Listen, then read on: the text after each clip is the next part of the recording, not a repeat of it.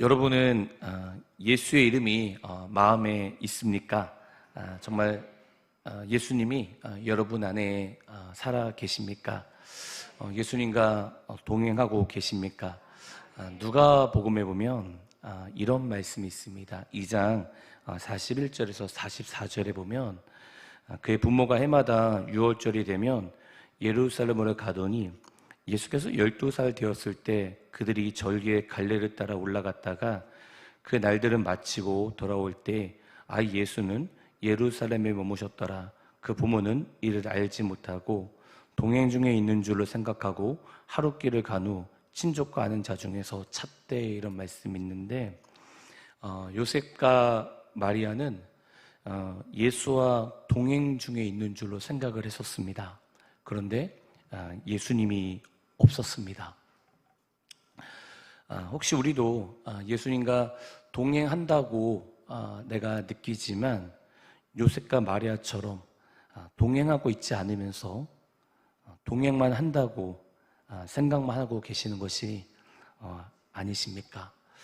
우리는 주님과 동행해야 됩니다. 동행하고 있지 않으면서 동행하고 있다고 착각하면 안 됩니다.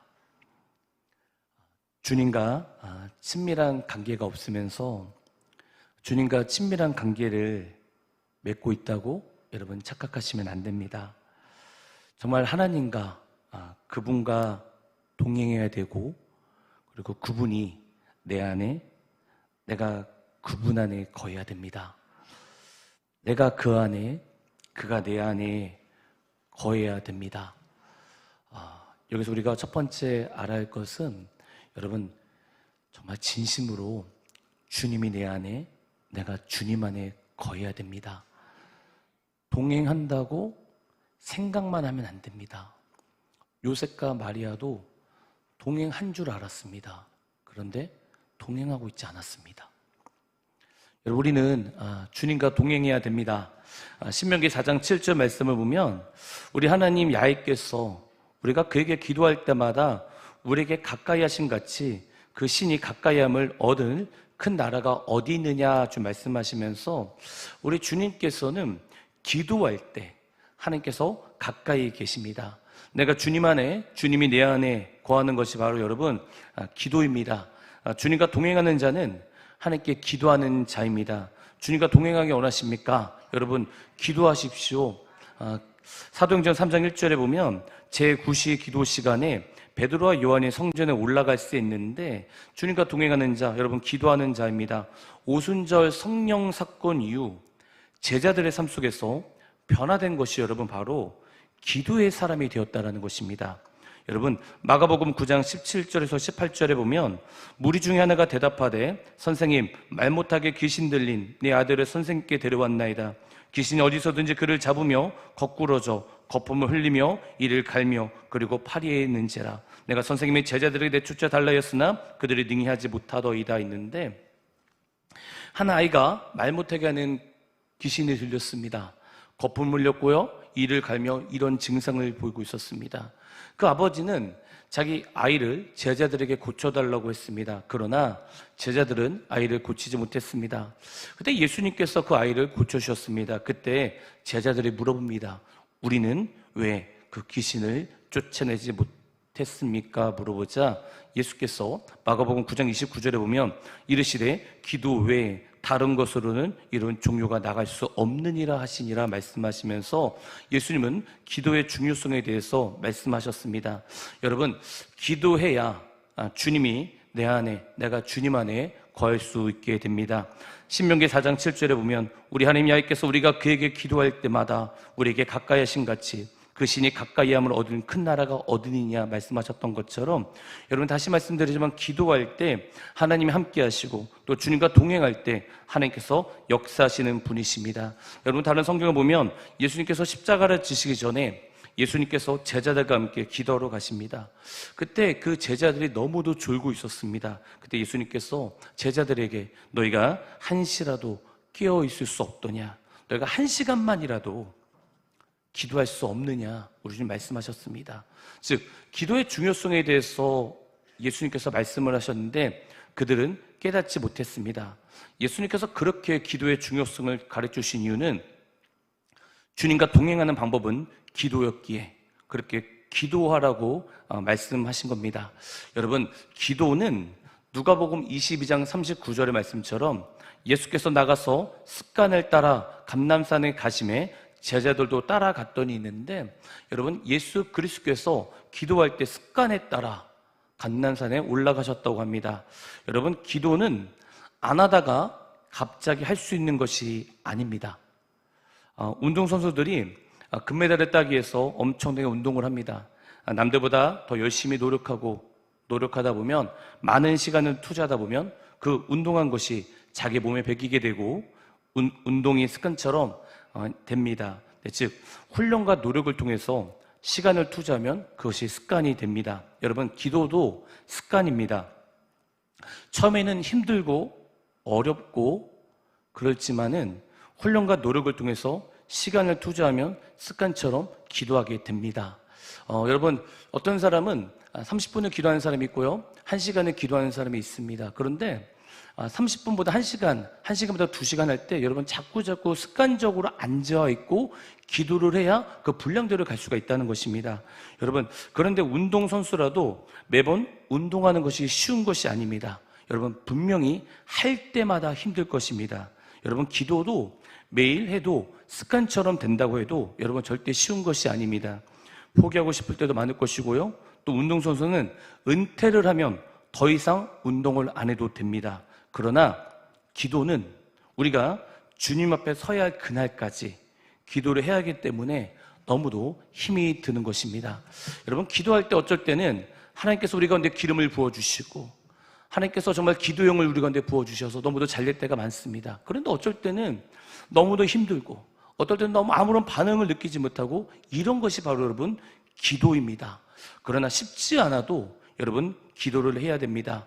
기도에 집중해야 되는 것입니다. 제가 또 말씀드리지만 여러분, 집중이라는 것은 여러분 다른 것을 포기하는 것입니다. 그것이 드라마일 수도 있고요, 그것이 유튜브를 보는 시간일 수도 있고요 등 포기해야 여러분 기도할 수 있다고 합니다. 여러분, 혹시라도 여러분 중에 나는 기도할 시간이 없다고 하신 분이 있을 겁니다. 근데 여러분 아시다시피 여러분 손 안에는 스마트폰이 다 있지 않습니까? 근데 여러분, 스마트폰 얼마큼 사용하십니까? 거의 유튜브를 많이 보실 거라 저는 믿습니다. 여러분, 자기가 하고 있는 일을 포기하는 것은 여러분 쉽지 않습니다. 그러나 자기가 쓰고 있는 시간을 포기하면서까지 해야 되는 것이 여러분 기도입니다. 지금 이 시대는 여러분 더 많이 기도해야 되는 시대입니다. 그렇게 기도를 하지 않았던 이 베드로와 요한이 이제 성령 받고 나서 기도하러 성전에 올라갑니다. 다시 말씀드리지만 성령이 오시고 나서 이 제자들이 변했던 게 뭐냐면 기도하지 않았던 자가 기도했던 자로 되었다는 것입니다. 여러분, 무슨 말입니까? 여러분, 정말 여러분 안에 주님과 동행하면요, 기도하라는 말 안 해도 기도합니다. 그럴 수밖에 없습니다. 왜요? 여러분 안에 성령이 계시는데 탄식합니다. 아멘. 여러분, 경건한 유대인은 하루에 3번 오전 9시, 12시, 오후 3시에 기도를 드렸다고 합니다. 여러분, 다시 말씀드리지만 신명기 4장 7절 말씀 보면 우리 하나님 야훼께서 우리가 그에게 기도할 때마다 우리에게 가까이 하신 같이 그 신이 가까이 함을 얻은 큰 나라가 어디냐 했는데, 주님은 우리가 기도할 때 가까이 계시고, 여러분은 정말 진심으로 주님과 동행하기 원하십니까? 여러분, 진심으로 기도하셔야 됩니다. 겟세마네 예배 나와서 딱 30분 기도하는 걸로 안 됩니다. 기도는 그래도 오래 하셔야 됩니다. 예수님께서 말씀하셨던 것처럼 제자들이 너무도 피곤한 가운데 있었습니다. 그때 예수님께서 말씀하신 걸, 너희가 1시라도 깨어 기도할 수 없더냐. 기도는 자기의 그 몸이 힘들고 어렵고 그거랑 제쳐놓고 그게 상관이 없는 겁니다. 우리 영이 깨어 있어야 되는 것입니다. 베드로 요한이 기도하러 가니까 사도행전 3장 6절에 보면 베드로가 이르되 은과 금은 내게 없거니와 내게 있는 이것을 내게 주노니 나사렛 예수 그리스도 이름으로 일어나 걸으라 하고 있는데, 기도한 요한과 베드로 안에 여러분 그 마음 안에 주님이 동행하고 계십니다. 그러자 베드로가 동행하고 계시는 예수의 이름을 부를 때 앉은 병이가 일어나는 것입니다. 또한 동행한 자는 그 마음에 예수로 가득히 채우게 됩니다. 여러분, 주님과 동행하는 자는 바로 내 마음에 예수가 있는 자, 내 안에 말씀 예수가 있는 자입니다. 요한복음 1장 1절에 보면 태초에 말씀이 계시니라. 이 말씀이 하나님과 함께 계셨으니 이 말씀은 곧 하나님이시니라 라는 말씀이 있습니다. 여러분, 말씀은 예수님이십니다. 근데 베드로가 이야기합니다. 내게 있는 것을 내게 주노니, 이렇게 이야기를 합니다. 내게 있는 것을 내게 준다. 여러분, 베드로 안에는 예수 그리스도가 있었습니다. 말할 때마다 그 안에는 예수 그리스도가 있었다라는 것입니다. 여러분, 스데반의 설교를 봐도요, 바울이 설교를 봐도요, 그 안에는 말씀이 있었습니다. 예수가 있었습니다. 그래서 마태복음 12장 34절에서 35절에 보면 독사의 자식들아, 너희가 악하니 어떻게 선한 말을 할 수 있느냐? 이는 마음에 가득한 것을 입으로 말함이라. 선한 사람은 그 쌓은 손에서 선한 것을 내고 악한 사람은 그 쌓은 악에서 악한 것을 내느니라 말씀하시면서, 여러분이 말씀을 많이 묵상하고 말씀이 내 안에 있게 되면 그 말씀이 쌓이게 됩니다. 근데 여러분이 어떤 TV나 어떤 유튜브나 그런 걸 많이 하게 되면 그것이 여러분 마음에 쌓이게 됩니다. 여러분, 그리고 그것을 이야기하게 됩니다. 여러분이 무엇을 많이 보는 것이 입으로 나오게 되어 있습니다. 베드로 요한의 마음에는 예수로 가득했습니다. 베드로 요한의 마음에는 말씀이 가득했습니다. 그렇기 때문에 그 안에 있는 말씀, 그 안에 있는 예수를 전할 수가 있었다라는 것입니다. 요한복음에 보면 예수님께서 요한복음 6장 35절에 보면 예수께서 이르시되 나는 생명의 떡이니 내게 오는 자는 결코 줄이지 아니할 터요 나를 믿는 자는 영원히 목마르지 아니하리라 말씀하셨습니다. 예수님은 생명의 떡입니다. 예수님은 말씀이십니다. 그런데 여러분, 민수기 21장 4절에서 5절에 보면 이런 말씀이 있습니다. 백성이 호르산에서 출발하여 홍해 길을 따라 에돔 땅을 우회하려 갔다가 길로 말미암아 백성의 마음이 상하니라. 백성이 하나님과 모세를 향하여 원망하되 어찌하여 우리를 애굽에서 인도하여 내어 이 강야에서 죽게 하는가? 이곳에는 먹을 것도 없고 물도 없도다. 우리 마음이 이 하찮은 음식을 싫어하노라 함에 있는데, 여러분, 백성들은 강야에서 애굽에서 생활을 하고 있습니다. 그런데 그 21장 5절에 보면 그 만나, 하나님께서 내리신 그 만나를 하찮은 음식이라고 얘기하고 있습니다. 왜 하찮은 음식으로 생각하지 아십니까? 이집트를 사랑하니까, 세상을 사랑하니까 하늘에서 떨어지는 만나를 하찮은 음식이라고 이야기합니다. 만나는 하늘에서 떨어졌습니다. 여러분, 아무리 하늘에서 떨어진 음식이라도 세상을 사랑하면 하찮다고 표현을 하게 됩니다. 세상을 사랑하면요, 말씀을 하찮게 느낍니다. 세상을 사랑하면 말씀이 들리지 않게 됩니다. 세상을 사랑하면 내 안에 말씀이 채워지지 않습니다. 저는 여러분의 말씀드리고 싶은 게 뭐냐면, 여러분, 교회 다니는 게 너무도 중요합니다. 그러나 정말 그 안에 예수가 있어야 됩니다. 열왕기상 11장 9절에서 10절에 보면 이런 말씀이 있습니다. 솔로몬이 마음을 돌려 이스라엘의 하나님 야훼를 떠남으로 야훼께서 그에게 진노하시니라.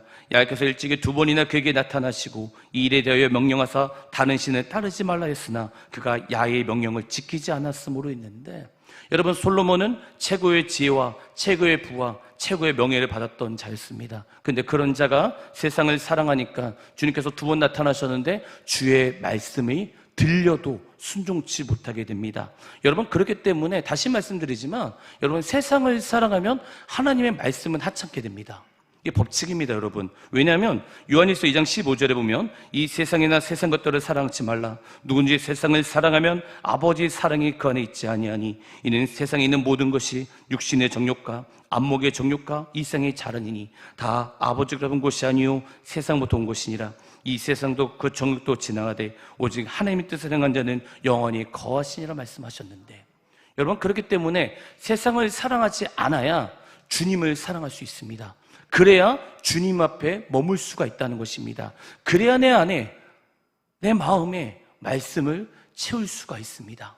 여러분, 그래야 주님과 동행할 수 있습니다. 아까 제가 얘기했던 것처럼 마리아와 요셉은 예수와 동행한 줄 생각했는데 예수가 없었습니다. 우리도 한번 돌이켜봐야 됩니다, 여러분. 여러분 안에 진심으로 예수 그리스도가 마음에 계십니까? 주님이 내 안에, 내가 주님 안에 거하기 위해서는 그 기도와 말씀으로 하나님과 동행해야 됩니다. 주님이 내 안에, 내가 주님 안에 거하게 될 때 우리는 연합하게 될 수가 있다는 것입니다. 여러분, 연합이라는 것은요, 너무도 신비이고 비밀입니다. 성부 하나님, 성자 하나님, 성령 하나님께서, 그 성부, 성자, 성령님께서 연합하셨습니다. 그 연합이라는 것은 너무도 신비스러운 것입니다. 그런데 여러분, 우리가 어떻게 다른 사람과 연합할 수 있겠습니까? 여러분, 우리는 주님이 우리 안에, 우리가 주님 안에 거할 때 다른 사람과도 연합할 수 있다는 것입니다. 여기서 우리가 두 번째 할 수 있는 건 주님과 동행하면 여러분 연합이 됩니다. 베드로와 요한이 함께 사역을 합니다. 그런데 여러분, 베드로, 요한 두 분 다 예수님의 수제자였습니다. 그런데 여러분, 둘이 어떤 라이벌 관계였습니다. 요한복음 21장에 보시면 예수님께서 베드로에게 나타나셔서 말씀하십니다. 너가 나를 사랑하느냐, 너가 나를 사랑하느냐, 너가 나를 사랑하냐 말씀하십니다. 그러면서 베드로가 어떻게 죽음을 맞이할지 그 베드로에게 예수님께서 말씀하십니다. 요한복음 21장 18절 19절에 보면 내가 진실로 진실로 내게 이르노니 내가 젊어서는 스스로 띠띠우고 원하는 곳으로 다녔거니와 늙어서 내 팔을 벌리니 남의 내게 띠띠우고 원하지 아니하는 곳으로 데려가려라. 이 말씀을 하시면 베드로가 어떠한 죽음으로 하나님께 영광을 돌릴 것을 가리키심이라. 이 말씀하시고 베드로에게 이르시되 나를 따르라 하시니. 무슨 뜻입니까 여러분? 베드로야, 너 나를 위해서 죽게 될 거다, 예수님께서 말씀하십니다. 그런데 여러분, 그럼 어떻게 죽습니까? 여러분, 이런 것이 당연하잖아요. 그런데 여러분, 베드로의 머릿속에는 요한복음 21장 20절 21절에 여러분 이런 말씀이 있습니다. 베드로가 돌이켜 예수께서 사랑하시는 그 제자가 따른 것을 보니 그는 만찬 속에서 예수의 품에 의지하여 주님을 파는 자가 누구니까 묻던 자라. 이에 베드로가 그를 보고 예수께 여짜되 주님, 이 사람은 어떻게 되겠사나이까? 무슨 분입니까 여러분? 베드로가 질문을 합니다. 예수님, 저는 그럼 주님 때문에 순교하는데 예수님이 사랑하는 그 제자 요한은 어떻게 됩니까? 라고 질문을 합니다. 베드로와 요한은 항상 라이벌 같은 존재였다고 저는 볼 수가 있습니다. 뭔가 경쟁 대상이었습니다. 베드로와 요한 수제자였지만 둘은 라이벌 관계였습니다. 그런데 성령 받고 나서, 성령 충만하고 나서 그 라이벌 관계에서 동역자로 바뀌게 되었다는 것입니다. 여러분, 베드로와 요한은 같이 한 성령 안에서 일하게 되었습니다. 성령 충만하면 연합하게 됩니다. 주님이 내 안에, 내가 주님 안에 거하면 하나가 되는 것입니다. 연합의 비결은 바로 주님이 내 안에, 내가 주님 안에 거해야 되는 것입니다.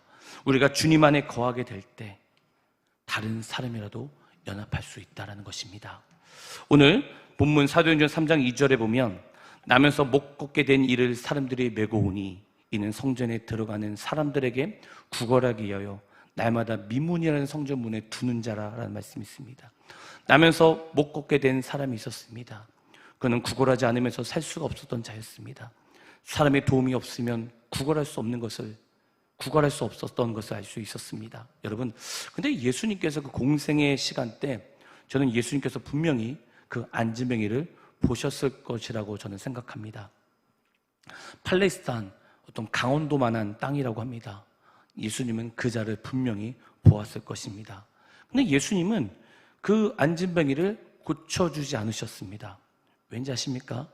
바로 하나님의 때가 있기 때문이었습니다. 그 때가 바로 베드로와 요한을 만나는 때였습니다.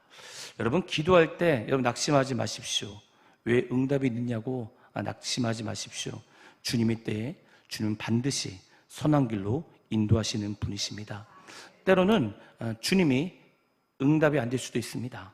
예수님께서도 아버지요, 이 잔을 옮겨달라고 기도했습니다. 그러나 우리 하나님께서는 아버지 뜻대로 인도하셨습니다. 주님은 우리를 잘 아십니다. 가장 선한 길로 인도하시는 분이십니다. 여러분, 그렇기 때문에 우리가 세 번째에서 알 수 있는 건 여러분, 주님과 동행하는 자는 주님의 때를 기다리는 자입니다. 우리가 기도할 때 때로는 기도의 응답이 안 되거나 아니면 언제 응답이 될지 모릅니다. 하나님께서 아브라함에게 아들을 주신다고 하셨는데 아무리 기다려도 자식이 없습니다. 결국 하갈을 통해서 이스마엘을 얻게 됩니다. 그 사건 이후로 지금도 이슬람 때문에 세상이 난립니다. 아브라함이 기다리지 못함으로써 지금 세계가 아직까지도 난립니다. 여러분, 그렇기 때문에 주님의 때를 기다리시기 바랍니다. 그런 어려움 속에서 하나님의 때에 하나님은 아브라함에게 이삭을 낳게 해주셨다는 것입니다. 여러분, 요셉이 있었습니다. 요셉은 정말 하나님을 잘 믿었던 사람이었습니다. 어떻게 보면 흠이 없던 자였습니다. 근데 요셉이 이 보디바르 아내 때문에 감옥에 들어가게 되었습니다. 요셉이 너무 억울했습니다. 그래서 그때 술 맡은 자와 떡 맡은 자가 들어오게 됩니다. 그때 이 요셉의 술 맡은 간원장에게 꿈을 해석해 줍니다. 그리고 이렇게 이야기합니다. 저를 꺼내달라고 이야기합니다. 저는 잘못한 것이 없습니다. 저는 저 여자의 손 한 번도 까딱해 본 적도 없는데 제가 억울하게 이 감옥에 있습니다. 저를 꺼내달라고 이야기합니다. 그런데 그 술 맡은 간원장이 내가 나가면 반드시 너를 기억한다고 얘기했지만 까먹어버렸습니다. 그러면서 창세기 41장 11절에서 2절에 보면 이런 말씀이 있습니다. 만 2년 후에 바로가 꿈을 꾼즉 자기가 나일 강가에 서 있는데 보니 아름답고 살찐 7 남수가 강가에서 올라와 갈밭에서 뜯어먹고 있는데 2년 후에 갑자기 바로가 꿈을 꾸게 됩니다. 왜 하필이면 2년일까요, 여러분? 여러분, 당시 이때 요셉의 나이가 28살이었습니다. 그런데 그때 당시 이집트의 공무원 나이가 30살이었다고 합니다. 그러니까 만약 요셉의 생각대로 그때 감옥에 나왔다면 요셉은 국무총리가 될 수 없었습니다. 여러분, 하나님은 우리의 생각과 달리 하나님의 시간에 맞춰서 역사하시는 분이십니다. 그분이 시간이 되면 반드시 이루어집니다. 여러분, 주님의 때, 주님의 시간을 기다리십시오. 남유다가 바벨론으로 포로로 잡혀가게 됩니다. 선택받은 이스라엘 백성, 선택받은 남유다, 유대인들입니다. 그런데 바벨론의 포로로 잡혀가서 살게 됩니다. 그러나 여러분, 이스라엘 백성들은 엄청난 자부감이 있습니다. 우리는 선택받은 민족이다. 포로로 끌려가면서 항상 이야기할 것입니다. 우리는 하나님께 선택받은 민족이다. 이렇게 이야기할 것입니다. 그런데 그런 선택받은 민족이 바벨론의 포로로 끌려갑니다. 그때 바벨론에서 태어났던 자들이 무슨 생각을 하겠습니까? 하나님이 우리 민족과 함께 하시는 게 맞나? 하나님이 진짜 살아계신다면 하나님의 선택하신 이 민족을 왜 구원하지 않을까? 분명히 생각할 겁니다. 그런 속에서 하나님의 계획으로 다니엘이 국무총리가 되었습니다. 여러분, 국무총리가 된 다니엘이 그 왕 앞에 절하지 않으므로 사자굴에 들어가게 되었습니다. 지금 다니엘 나이가 80살 아니면 100세입니다. 왜 다니엘은 사자굴에 집어넣게 됩니까? 왜 그가 그렇게 많고 많은 사람들 중에 하필이면 그 할아버지, 그 다니엘 국무총리를 감옥에 넣었습니까? 남유다 사람들, 남유다에서 태어난 자들은 이야기할 것입니다. 정말 하나님 살아계시나? 정말 이스라엘 민족과 함께 하시나? 이런 생각이 들 수도 있습니다. 하필이면 100세가 넘는 할아버지, 100세가 넘는 그 국무총리가 사자굴에 왜 들어가는지는 아무도 모릅니다. 그러나 여러분, 그 다니엘이 사자굴에 들어가서 죽지 않고 나왔을 때, 이때부터 여러분 귀환이 시작됩니다. 하나님이 살아계신 건 맞다. 하나님, 우리 이스라엘 민족과 함께 하신 걸 믿고 생각하고 그때부터 1차 귀환이 일어나는 것입니다. 여러분, 하나님은 반드시 응답하시고 또 하나님의 시간에 맞춰서 역사하시는 분이십니다. 여러분, 그러니 기도하십시오. 그리고 하나님의 때를 기다리십시오. 그리고 우리가 주님의 때를 기다리고 주님을 위해서 살게 될 때 많은 자들이 회복하게 될 것입니다. 여러분, 많은 자들이 회복해야 됩니다. 여러분, 사도행전 3장 6절에서 7절에 보면 베드로가 이르되 은과 금은 내게 없거니와 내게 있는 것을 내게 주노니 낫사리 예수 그리스도 이름으로 일어나 걸으라고 오른손을 잡아 일으키니 발과 발목이 곧 힘을 얻고라는 말씀이 있습니다. 여러분, 지금 우리의 주위를 한번 보십시오. 어려운 자들이 너무도 많습니다. 왜 이렇게 교회를 열심히 다니는데 사탄에게 사로잡혀 있습니까? 왜 이렇게 하나님을 믿는다고 하는데 음란에 빠져 있습니까? 왜 이렇게 교회는 잘 나온다고 하는데 돈을 사랑합니까? 왜 이렇게 교회 나오는데 정신병에 걸립니까? 왜 하나님을 믿는다고 하는데 어려운 자들이 많습니까? 이런 자들을 회복시켜야 됩니다. 우리가 주님과 동행할 때, 그들에게 예수 이름을 선포할 때 그들의 발과 발목에 힘을 얻게 되고 일어나게 된다는 것입니다. 어떤 안 좋은 환경 속에서도, 희망이 절망이 가득한 그런 환경 속에서도 여러분 주님과 동행하면 모든 것이 회복이 되는 것입니다. 여러분, 그러면 그 예수의 이름을 선포하는 것이 무엇입니까? 여러분, 에스겔 37장에 보면 하나님께서 뼈가 가득한 곳에 공동묘지에 에스겔을 데리고 갑니다. 그 뼈들은 심이 많고 너무도 마른 뼈들이었습니다. 그때 주님께서 에스겔에게 말씀하십니다. 에스겔 30장 3절입니다. 그가 내게 이르시되 인자야, 이 뼈들이 능히 살 수 있겠느냐 하시기로 내가 대답하되 주야여 주께서 아시나이다. 에스겔에서 이 뼈가 살 수 있겠느냐 이렇게 물어보십니다. 여러분, 마른 뼈입니다. 뼈가 어떻게 살 수 있겠습니까? 말도 안 되는 것입니다. 그런데 하나님은 에스겔에게 다시 말씀하십니다. 37장 4절입니다. 또 내게 이르시되 너는 이 모든 뼈에게 대언하여 이르기를 너희 마른 뼈들아 야의 말씀을 들을지어다. 그런 희망이 없는 죽어버린 그 마른 뼈들에게 하나님은 말씀하십니다. 뼈들에게 대언해라. 그러자 에스겔은 그 뼈들에게 37장 7절에 보면 이에 내가 명령을 따라 대언하니 대언할 때 소리가 나고 움직이며 이 뼈 저 뼈가 들어맞아 뼈들이 서로 연결되니라. 하나님 말씀에 순종하게 됩니다. 마른 뼈 가운데 하나님 말씀에 순종해서 그 뼈들 가운데 대언합니다. 그리고 30장 10절에 보면 이에 내가 그 명령대로 대언했더니 생기가 그들에게 들어가며 그들이 곧 살아나서 일어나 서는데 극히 큰 군대가 되더라. 대언할 때 마른 뼈들이 극히 큰 군대가 됩니다. 하나님 말씀을 대언할 때 그 큰 군대가 됩니다. 마른 뼈들 같은 환경일지라도 하나님은 살아계시기에 하나님 말씀이 여러분 살아있습니다. 그렇기 때문에 그 말씀을 대언할 때 하나님은 소망 없는 자들에게 생기를 부어주셔서 그들에게 극히 큰 군대로 일어나게 됩니다. 지금은 시대는 많이 어렵습니다.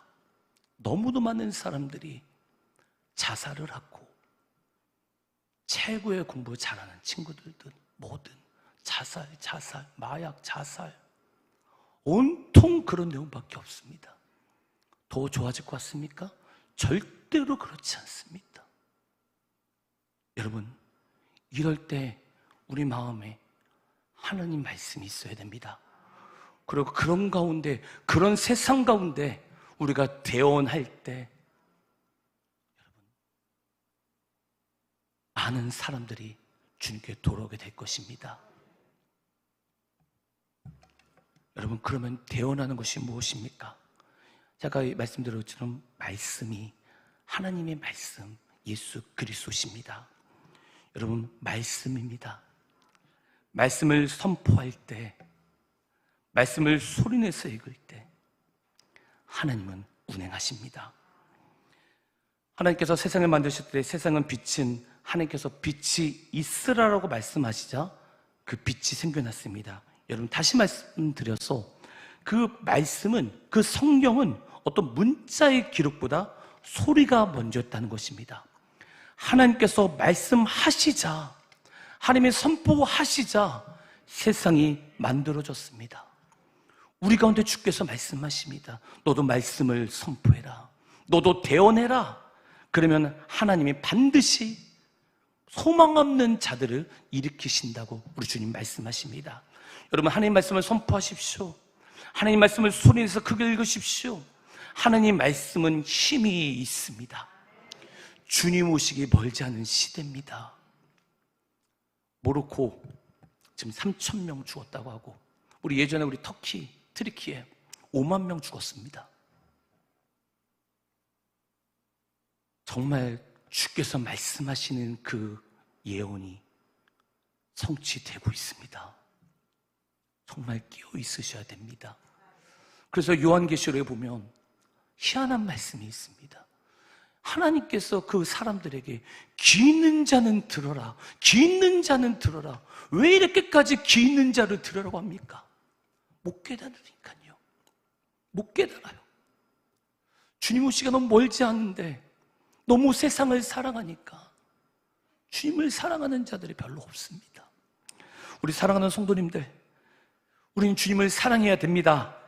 주님이 내 안에, 내가 주님 안에 거해야 됩니다.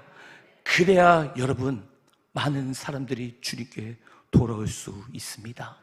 그리고 우리가 주님과 연합을 해야 분열이 끊어지고 하나가 됩니다. 분열이 있는 곳에 성령께서 역사하지 않습니다. 연합의 방법이 무엇입니까? 주님이 내 안에, 내가 주님 안에 거해야 되는 것입니다. 말씀을 정리하겠습니다. 여러분 가운데 정말 어려운 자들이 있습니까? 그런 자들이 정말 진심으로 주님께 돌아오기 원하십니까? 말씀을 선포하십시오. 그 하나님 말씀을 대언하십시오. 그러면 많은 자들이 주님께로 돌아오게 될 것입니다. 기도하겠습니다. 하나님 감사합니다. 주님이 내 안에